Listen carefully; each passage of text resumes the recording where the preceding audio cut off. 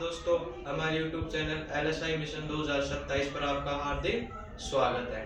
तो देखिए दोस्तों, हमने जो पिछले वीडियो में बात की थी वो की थी एंटीकोगुलेंट के यूज की। तो आज हम बात करेंगे इम्यूनिटी के प्रकार।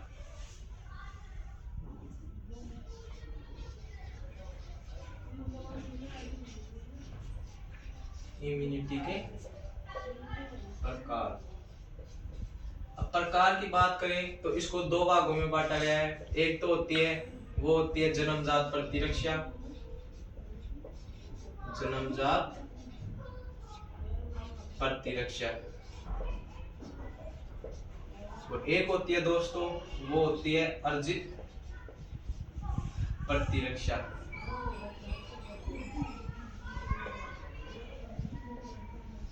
हम जन्मजात प्रतिरक्षा की बात करें दोस्तों, तो जन्मजात प्रतिरक्षा क्या होती है, यानी कि जो जन्म से हमारे को प्राप्त होती है उसे हम जन्मजात प्रतिरक्षा कहते हैं। यानी कि जन्म से प्राप्त होने वाली इम्यूनिटी यानी प्रतिरक्षा।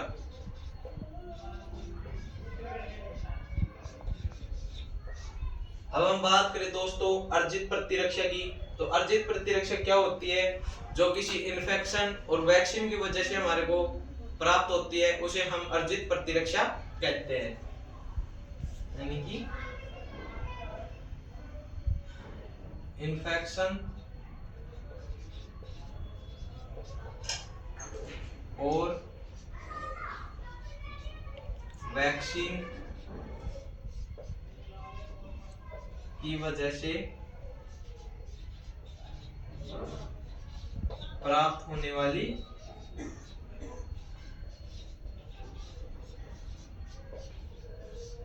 इम्यूनिटी।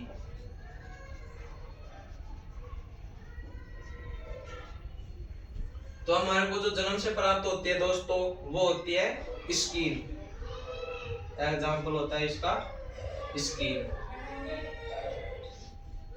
अब देखिए दोस्तों अब हम बात करें जन्मजात प्रतिरक्षा की, तो जन्मजात प्रतिरक्षा को एक तो नॉन स्पेसिफिक इम्यूनिटी कहते हैं। तो नॉन स्पेसिफिक इम्यूनिटी कहते हैं वह किस वजह से कहते हैं, तो हम बात करें जन्मजात यानी प्रतिरक्षा वो होती है स्किन।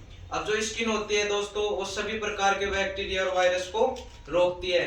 इस प्रकार नहीं कि एफएमडी और ब्रुसेलोसिस होती है, जो उसमें से ब्रुसेलोसिस को बोले कि तू तो मेरा दोस्त है, तू तो अंदर आ जा, और एफएमडी तू मेरा दोस्त नहीं, तू बाहर चला जा। तो ये जो सभी प्रकार के संक्रमण और बैक्टीरिया होते हैं उनको रोकने का काम करती है, इसलिए इसे नॉन स्पेसिफिक इम्यूनिटी कहते हैं। नॉन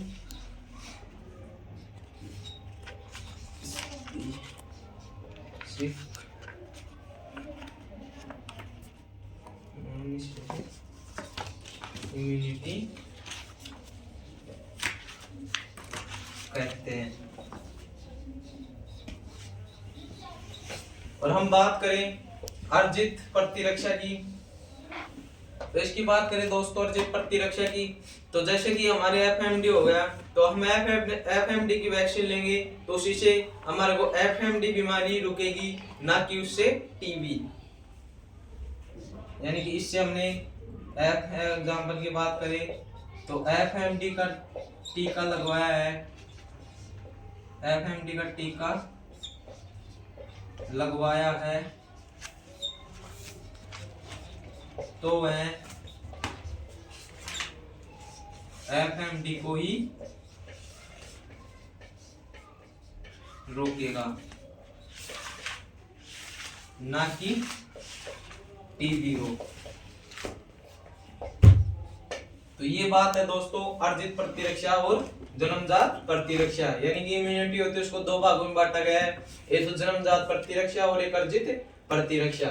जन्मजात प्रतिरक्षा क्या होती है दोस्तों, जो जन्म से प्राप्त होने वाली इम्यूनिटी होती है उसे हम जन्मजात प्रतिरक्षा कहते हैं। जैसे कि हमारे को जन्म से मिली हुई है वो है स्किन, यह सभी प्रकार के बैक्टीरिया वायरस से लड़ने का कार्य करती है, और इसको नॉन स्पेसिफिक इम्यूनिटी कहते हैं क्योंकि यह सभी प्रकार के बैक्टीरिया और वायरस को समान रूप से रोकती है।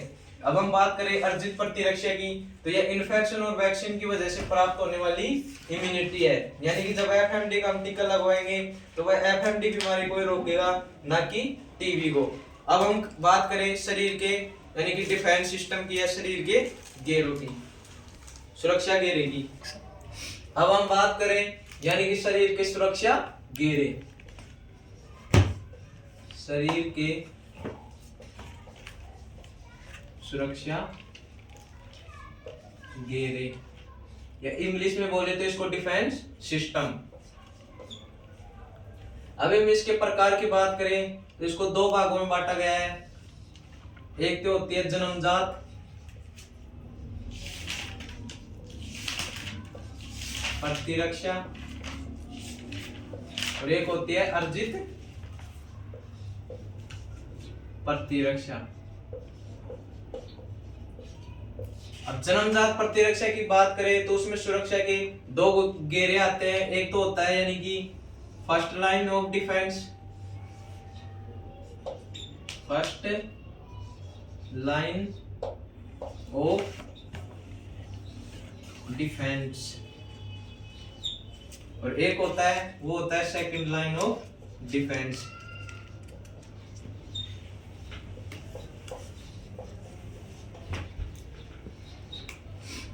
अब हम बात करें दोस्तों फर्स्ट लाइन ऑफ डिफेंस की, तो फर्स्ट लाइन ऑफ डिफेंस में यानी कि सबसे पहले आती है वो आती है स्किन,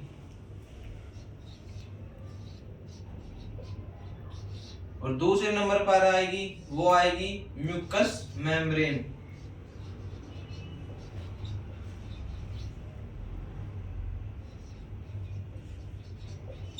और तीसरे नंबर पर बात करें तो बही ग्रंथियों से स्रावित होने वाले कारक,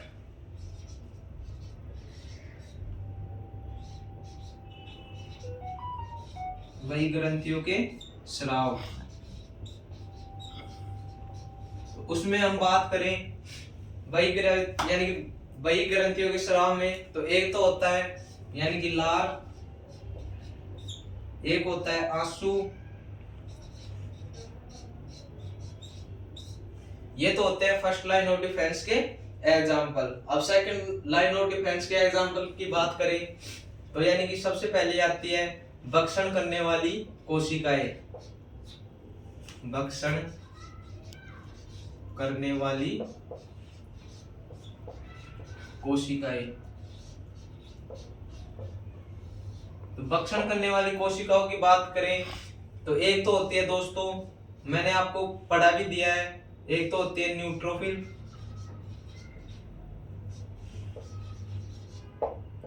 सेकंड होती है इसिनोफिल,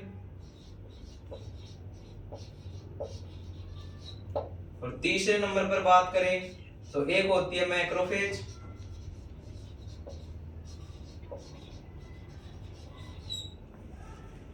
तो ये तो बात हो गई दोस्तों भक्षण करने वाली कोशिकाएं।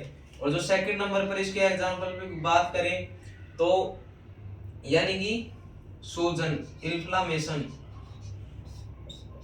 जब शरीर में सूजन आ जाएगी तो वहां पर यानी कि WBC एकत्रित हो जाएगी, और उस संक्रमण से जो संक्रमण से लड़ेगी वो WBC एकत्रित होकर यानी कि उस पर अटैक करेगी, यानी कि WBC का इकट्ठा होना।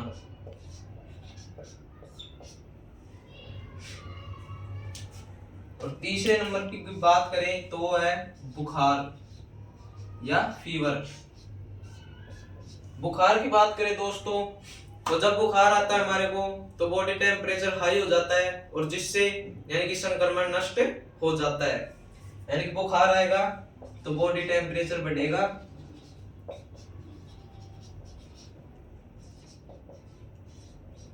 और बॉडी टेम्परेचर बढ़ेगा तो उसकी वजह से यानी कि संक्रमण नष्ट हो जाता है।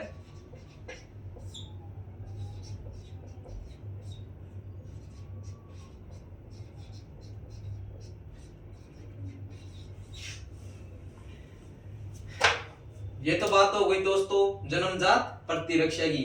यानी कि फर्स्ट लाइन ऑफ डिफेंस के एग्जांपल की बात करें तो उसमें एक तो हो गई स्किन, और दूसरे नंबर पर बात करें तो वो हो गई म्यूकस मेम्ब्रेन, यानी कि मुंह के रास्ते जो भी बैक्टीरिया वायरस जाएगा उसको म्यूकस मेम्ब्रेन रोकने का कार्य करेगी। अब बही ग्रंथियों के स्राव की बात करें तो उनमें एक तो होती है लार और एक होता है आंसू। अब हम बात करें सेकंड लाइन ऑफ डिफेंस के एग्जांपल की तो उसमें फर्स्ट नंबर पर आता है भक्षण करने वाली कोशिकाएं। तो भक्षण करने वाली कोशिकाएं कौन कौन सी होती है दोस्तों? वो एक तो होती है न्यूट्रोफिल, एक होती है इसिनोफिल, एक होती है मैक्रोफेज।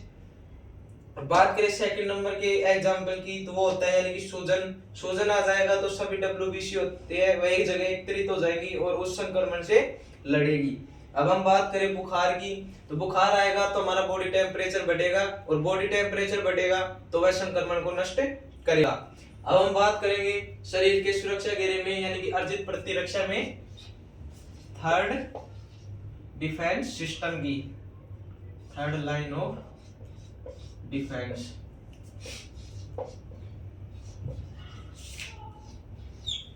थर्ड लाइन डिफेंस है, इसको हम आगे लिखेंगे दोस्तों। अब हम बात करें दोस्तों थर्ड लाइन ऑफ डिफेंस के एग्जांपल की, third line of defence. Third line of defence की बात करें तो इसको दो भागों में बांटा गया है, एक तो होता है टी लिम्फोसाइट और एक होता है बी लिम्फोसाइट। एक तो होता है बी लिम्फोसाइट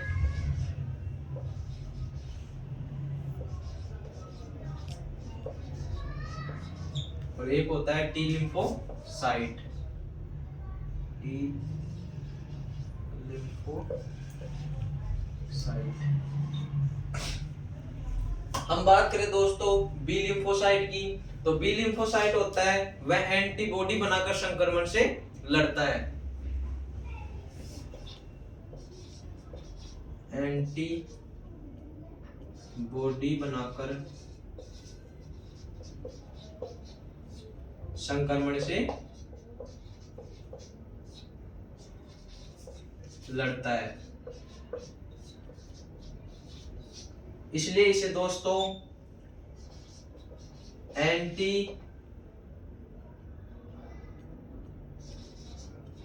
मिटिटेड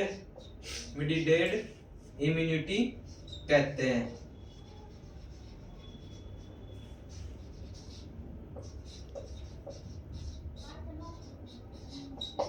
या ह्यूमरल इम्यूनिटी कहते हैं।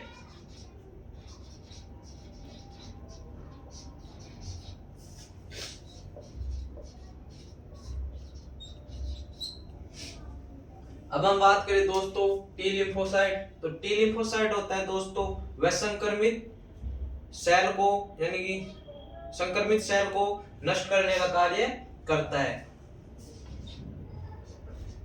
यानी कि संक्रमित होस्ट को नष्ट करता है। अब हम बात करें इसे क्या कहते हैं तो देखिए दोस्तों यानी कि संक्रमित होस्ट सेल को नष्ट करती है टी लिम्फोसाइट, जिसे सेल मिटिटेड इम्यूनिटी कहते हैं।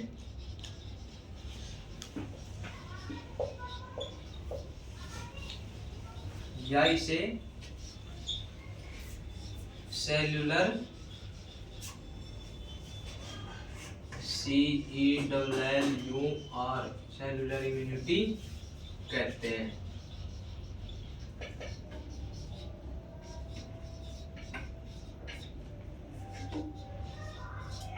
तो ये तो बात होगी दोस्तों थर्ड लाइन ऑफ डिफेंस की, यानी कि उसमें एक तो बी लिम्फोसाइट होता है और एक टी लिम्फोसाइट होता है। तो बी लिम्फोसाइट होता है दोस्तों वह एंटीबॉडी बनाकर संक्रमण से लड़ता है और जिसे एंटी मिटिटेड इम्यूनिटी कहते हैं या ह्यूमरल इम्यूनिटी कहते हैं। अब हम बात करें टी लिम्फोसाइट की तो यह संक्रमित होस्ट सेल को नष्ट करती है, जिसे सेल मीडिएटेड इम्यूनिटी कहते हैं या सेलुलर इम्यूनिटी कहते हैं। देखिए दोस्तों, इस सेम वैसी बात हो गई जैसे यानी कि जो बॉर्डर सिक्योरिटी फोर्स होती है वह बीएसएफ ये होती है, और जब बात करें चीन और तिब्बत की तो उसमें आईटीबीपी होती है, और जो अन्य होती है यानी कि मिलिट्री फोर्स वो आर्मी होती है। तो उसी प्रकार जो फर्स्ट लाइन डिफेंस होती है वह संक्रमण से पहले लड़ने का कार्य करती है, फिर सेकंड लड़ने का कार्य करती है, फिर थर्ड लड़ने का कार्य करती है। अब जब ये तीनों ही नहीं फेल हो जाती है तो दोस्तों फिर हमारी डेथ हो जाती है। अब हम बात करेंगे दोस्तों इससे आगे यानी कि इम्यूनिटी के प्रकार। अब हम बात करें दोस्तों इम्यूनिटी के प्रकार। इम्यूनिटी के प्रकार, तो प्रकार की बात करें दोस्तों उसमें एक तो होता है एक्टिव इम्यूनिटी,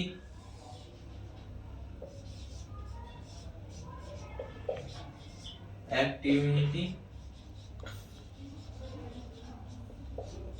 और एक होती है दोस्तों पैसिव इम्यूनिटी।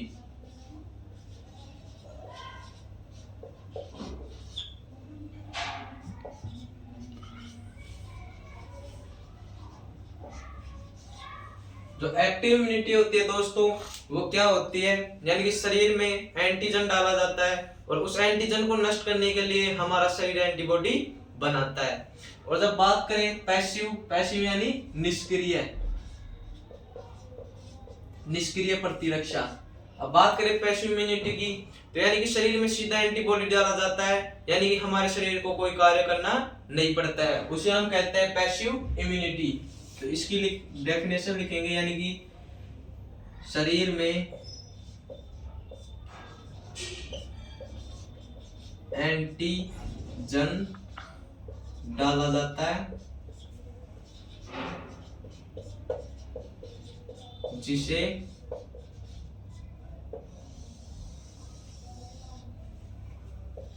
नष्ट करने के लिए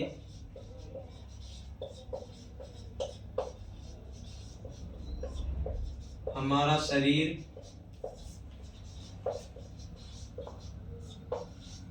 एंटीबॉडी बनाता है।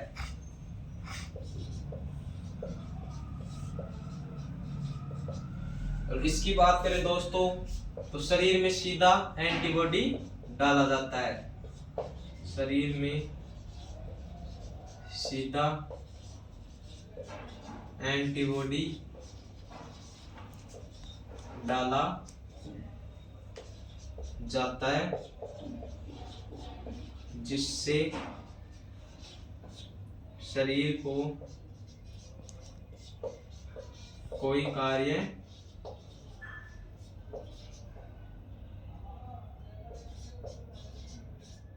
ना करना पड़े।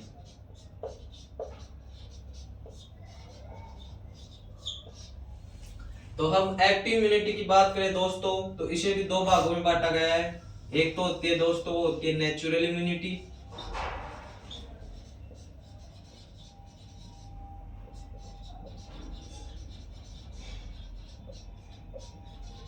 और एक होती है दोस्तों आर्टिफिशियल इम्यूनिटी।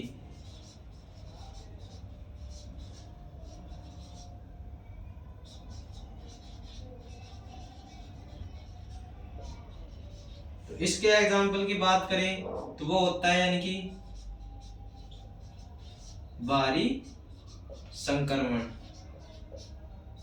और इसमें होता है दोस्तों वो होता है यानी कि वैक्सीन या टीका।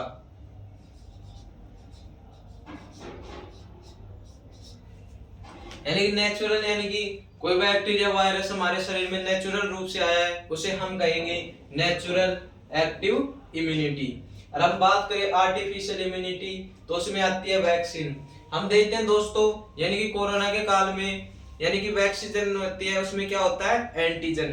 तो एंटीजन यानी कि वैक्सीन को जो तैयार किया गया था वो किया गया था लेबोरेटरी में। तो लेबोरेटरी में जो तैयार किया गया है दोस्तों उसे हम नाम देंगे आर्टिफिशियल इम्यूनिटी, यानी कि आर्टिफिशियल एक्टिव इम्यूनिटी।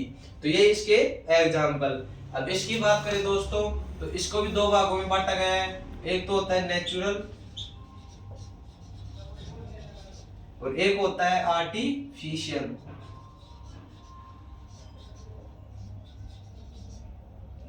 इम्यूनिटी।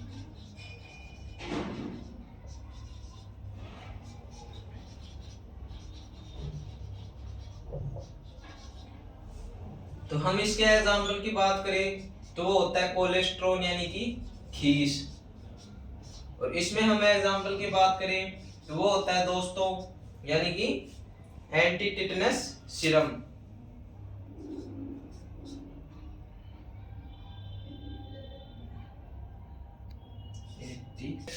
अब बात करें दोस्तों नेचुरल इम्यूनिटी एग्जाम में तो होता है कोलेस्ट्रॉल खीस। अब नेचुरल क्यों होता है दोस्तों, जब हम देखते हैं यानी कि खीस होती है जो किस में बनती है, गाय में बनती है दोस्तों। जब गाय को हम खीस को सीधा यानी कि बछड़े को पिला रहे हैं तो वो क्या हो रहा है, यानी कि उसको बछड़े को है जो एंटीबॉडी बनाने का एंटीबॉडी नहीं बना रहा है, तो उसे कहेंगे हम यानी कि नेचुरल पैसिव इम्यूनिटी, यानी कि नवजात को कोई एंटीबॉडी बनाने का कार्य करना नहीं पड़ रहा है। और हम बात करें आर्टिफिशियल इम्यूनिटी तो हो गया एंटी टिटनस सीरम।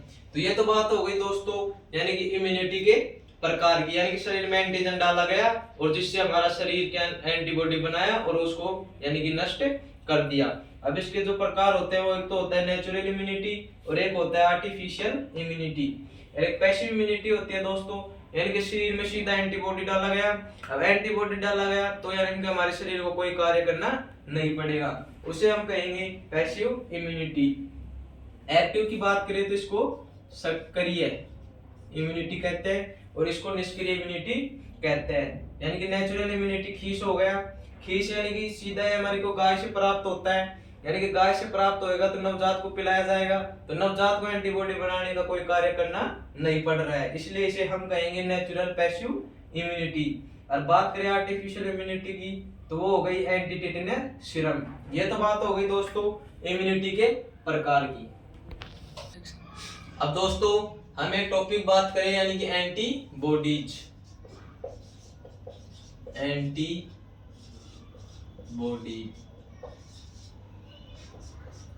तो होती है दोस्तों यानी कि एक ट्रिक होती है यानी कि गम दे, तो यहां पर लगा देंगे आईजी। तो आईजी होती है दोस्तों वो पाई जाती है हमारे शरीर में यानी कि एंटीबॉडी में। अब हम बात करें दोस्तों यानी कि आईजीएम का प्रतिशत तो वो होती है 80%। और आईजीएम की बात करें तो वो पाई जाती है दोस्तों 10 से 15%। और हम बात करें दोस्तों आईजीएम की तो वो पाई जाती है 5 से 10%। और आईजीडी की बात करें तो ये 0.1% यानी कि 0.2% पाई जाती है और ये पाई जाती है दोस्तों 0.1%। अब हम इनके यानी कि इंपॉर्टेंट पॉइंट की बात करें यानी कि आईजीएम का क्या कार्य आता है, आईजीए का क्या कार्य होता है, आईजीएम किस में पाई जाती है, आईजीडी किस में पाई जाती है और आईजीई किस में पाई जाती है, वो हम एक टेबल के माध्यम से समझेंगे दोस्तों। तो ये तो बात थी यानी कि एंटीबॉडीज और इसकी शॉर्ट ट्रिक होती है यानी कि गम दे, और इसके आगे आईजी लगा देंगे यानी आईजीजी, उसका प्रतिशत होता है 80%।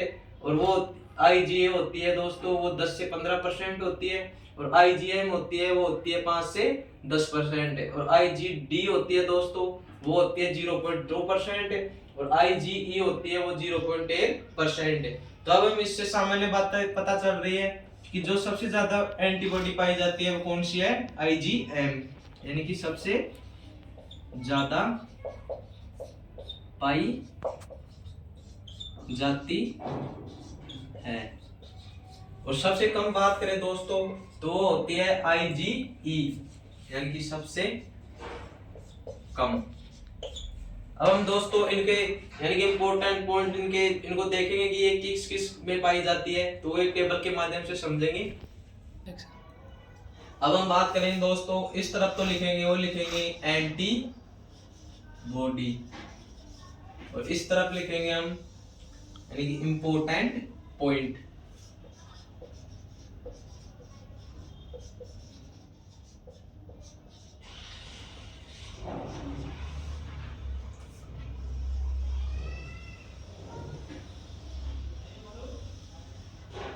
अब हम बात करें दोस्तों सबसे पहले आई जी जी की।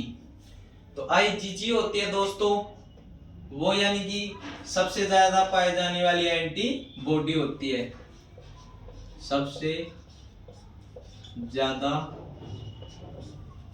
पाई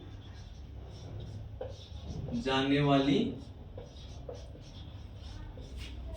एंटी बॉडी। और सेकंड पॉइंट की बात करें दोस्तों तो यह है यानी कि प्लेसेंटा को पार करती हुई, मानव की प्लेसेंटा को पार करती हुई भ्रूण में चली जाती है, यानी कि मानव की प्लेसेंटा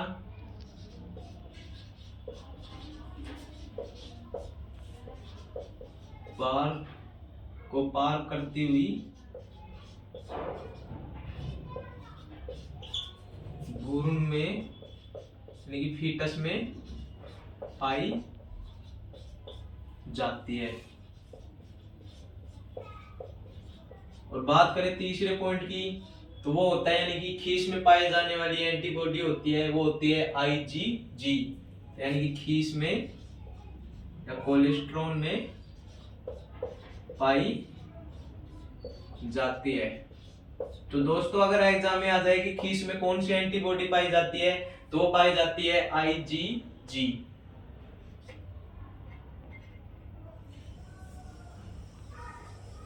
अब हम सेकंड नंबर पर बात करें दोस्तों IgA की।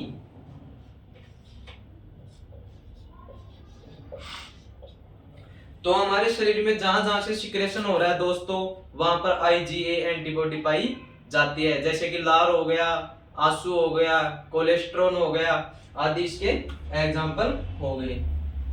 यानी कि जहां जहां से सिक्रेशन यानी कि स्राव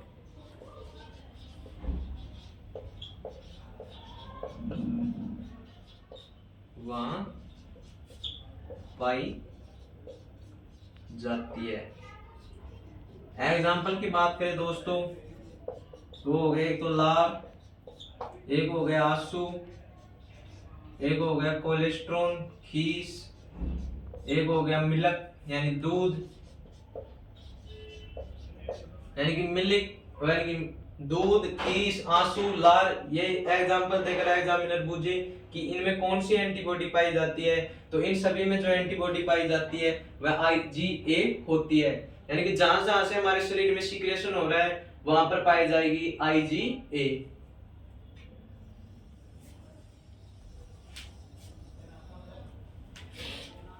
अब हम बात करें दोस्तों IgM की। तो IgM क्या होती है दोस्तों, यानी कि IgM होती है वह संक्रमण से लड़ने वाली पहली एंटीबॉडी होती है, इसलिए एंटीबॉडी में से फर्स्ट लाइन ऑफ डिफेंस कहते हैं, यानी कि संक्रमण से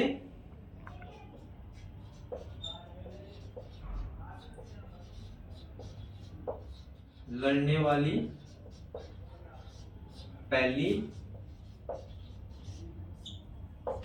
एंटीबॉडी होती है, इसलिए इसे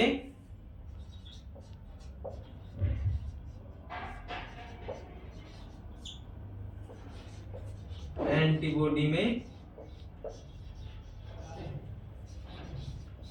फर्स्ट लाइन ऑफ डिफेंस कहते हैं।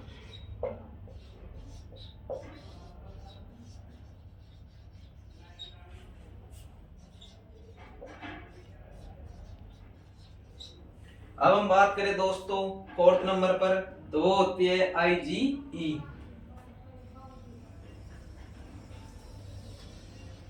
परीक्षा की दृष्टि से काफी इंपॉर्टेंट है दोस्तों। तो इनमें से एक आधा क्वेश्चन लगभग आ ही जाता है।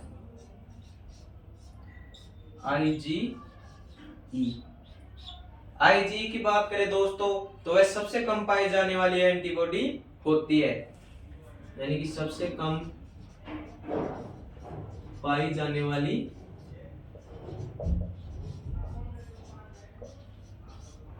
एंटीबॉडी। और सेकंड पॉइंट की बात करें दोस्तों, यानी कि जहां से हमारे को संक्रमण यानी कि जहां से यानी कि एलर्जी और पैरासाइट डिजीज होती है तो उनको नष्ट करने का काम करती है, वो करती है, यानी कि उनके संक्रमण से जो लड़ती है पैरासाइट और एलर्जी से, तो वो होती है आईजीई, यानी कि पैरासाइट और एलर्जी व पैरासाइट से लड़ने का कार्य करती है। तो ये बात हो गई दोस्तों एंटीबॉडी की, यानी एंटीबॉडी में बात करें आईजीजी की, तो यानी कि सबसे ज्यादा पाई जाने वाली एंटीबॉडी होती है वह होती है आईजीजी। अब बात करें मानव की प्लेसेंटा को पार करती हुई भ्रूण में पाई जाने वाली एंटीबॉडी होती है, वो भी आईजीजी होती है। और खीस में पाई जाने वाली एंटीबॉडी होती है दोस्तों, वो भी आईजीजी होती है। अब हम बात करें आईजीए की, तो आईजीए होती है दोस्तों, यानी कि जहां से भी सिक्रेशन हो रहा है वहां हमें आईजीए देखने को मिलती है। जैसे एग्जांपल की बात करें तो वो हो गया लार, आंसू, खीस, दूध आदि। अब हम बात करें आईजीएम, यानी कि आईजीएम होती है वह संक्रमण से लड़ने वाली पहली एंटीबॉडी होती है, इसलिए इसे एंटीबॉडी में फर्स्ट लाइन ऑफ डिफेंस कहते हैं। अब हम बात करें आईजीई की, तो आईजी होती है दोस्तों वह सबसे कम पाई जाने वाली एंटीबॉडी होती है और यह एलर्जी और पैरासाइट से लड़ने का कार्य करती है। ये तो बात हो गई दोस्तों एंटीबॉडीज की। अब हम बात करेंगे दोस्तों बी लिम्फोसाइट और टी लिम्फोसाइट में अंतर। अब हम बात करें दोस्तों बी लिम्फोसाइट और टी लिम्फोसाइट में अंतर। बी लिम्फोसाइट व टी लिम्फोसाइट में अंतर।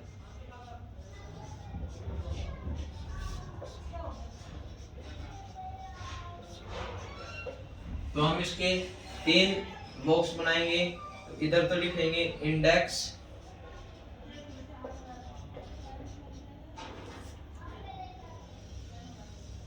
यहां पर लिखेंगे बी लिम्फोसाइट,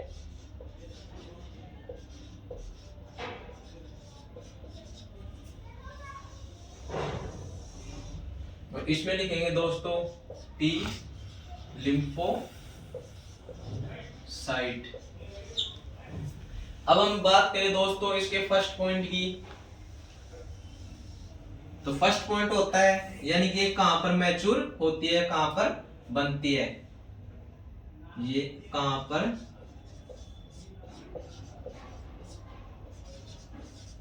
मैच्योर होती है। तो ये दोस्तों बी लिम्फोसाइट मैच्योर होती है, वो होती है बोन मेरो में, यानी कि ये जो मैच्योर होती है वो होती है बोन मेरो में। और जो टी लिम्फोसाइट मैच्योर होती है दोस्तों वह होती है थाइमस में,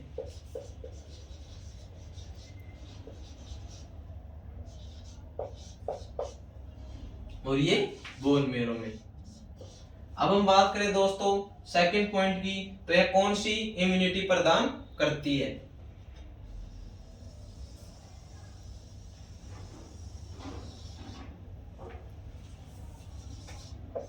कौन सी इम्यूनिटी प्रदान करती है। जो बी लिम्फोसाइट होती है दोस्तों वो करती है हमारे को कौन सी इम्यूनिटी प्रदान करती है, तो ये करती है एंटी एंड जो हमारे को बी लिम्फोसाइट जो इम्यूनिटी प्रदान करती है वो करती है एंटी मिडिटेड इम्यूनिटी, या हम कहें ह्यूमरल इम्यूनिटी।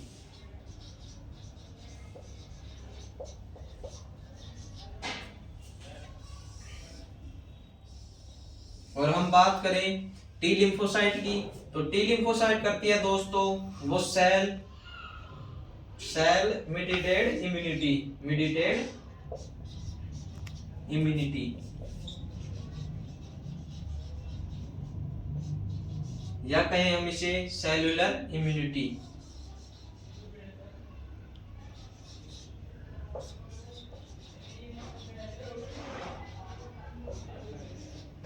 तो ये तो बात हो गई दोस्तों 2 पॉइंटों की, यानी कि तो ये तो बात हो गई दोस्तों 2 पॉइंटों की। अब जो तीसरा पॉइंट है वो है उनके कार्य करने का तरीका, तो किस प्रकार से कार्य करती है। जो बी लिम्फोसाइट होती है दोस्तों वो एंटीबॉडी बनाकर संक्रमण से लड़ती है, यानी कि एंटीबॉडी बनाकर संक्रमण से